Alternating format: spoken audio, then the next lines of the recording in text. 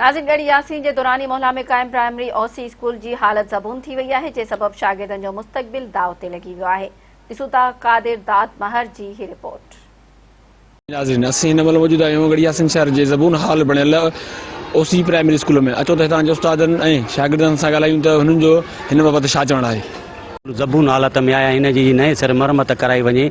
450 ॿार तालीम पिराए रहिया आहिनि। खुदारा इन मासूम गुलनि जे ॿारनि ते रहम कयो वञे ऐं इन जी ज़िंदगी ऐं मुस्तक़बिल दाव ते न लॻायो वञे। स्कूल गढ़ी यासीन शहर जो मेन स्कूलनि में आहे। असांजी तक़रीबन इनरोलमेंट जेका आहे 450-500 ॿार आहे। गुज़िरियल बरसाति में भी तव्हां साम्हूं ॾिसो था त असांजे स्कूल जा छापड़ किरी पिया, जंहिंमें अलाह साईं जो बचाव कयो हिकिड़ो, जंहिंमें ॿार असांजूं ज़िंदगी बची पियूं।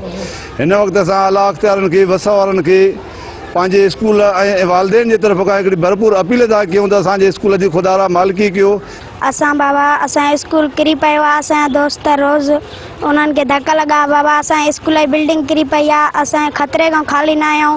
हर रोज़ ख़तरो आहे बाबा। असां ख़ौफ़ खां रही नथा सघूं। हिन स्कूल में ख़तरो आहे ॾाढो। असांखे भउ थो थिए त इहा बिल्डिंग असांजे मथां किरी न पए, नुक़सानु थींदो। असांजे ॿारनि खे धक बि लॻा आहिनि ऐं असां गुज़ारिश था कयूं त असांखे बिल्डिंग ठाराए ॾियो। स्कूल ठाहिण वियासीं, स्कूल भञी पियो, ठाराए ॾियो। जी नाज़रीन, असीं हिन महिल मौजूद हुआसीं गवर्नमेंट प्राइमरी स्कूल ओसी स्कूल में, जेको गढ़ी यासीन शहर जो मेन स्कूल आहे। हितां जे उस्तादनि ऐं शागिर्दनि जूं तव्हां ॻाल्हियूं ॿुधियूं। हुननि जो इहो ई चवणु हुयो त असांजो ज़बून हाल बणियल स्कूल खे असां केतिरा ई दफ़ा आला अमलदारनि खे लिखियो आहे त असांखे रिपेयर कराए ॾिनो वञे। 36 साल थी विया आहिनि हिन स्कूल खे तामीर थिए कि हिन महिल ताईं जेको असांजी कॾहिं बि काई बि रिपेयर न थी आहे। हाणे असांजी वसा वारनि खां इहा ई अपील आहे त महिरबानी करे हीअ स्कूल रिपेयर कराए ॾिनो वञे। कैमरामैन अलाह ॾिनो मारफानी सां गॾु कादिर दाद महर, मेहरान टीवी न्यूज़ गढ़ी यासीन।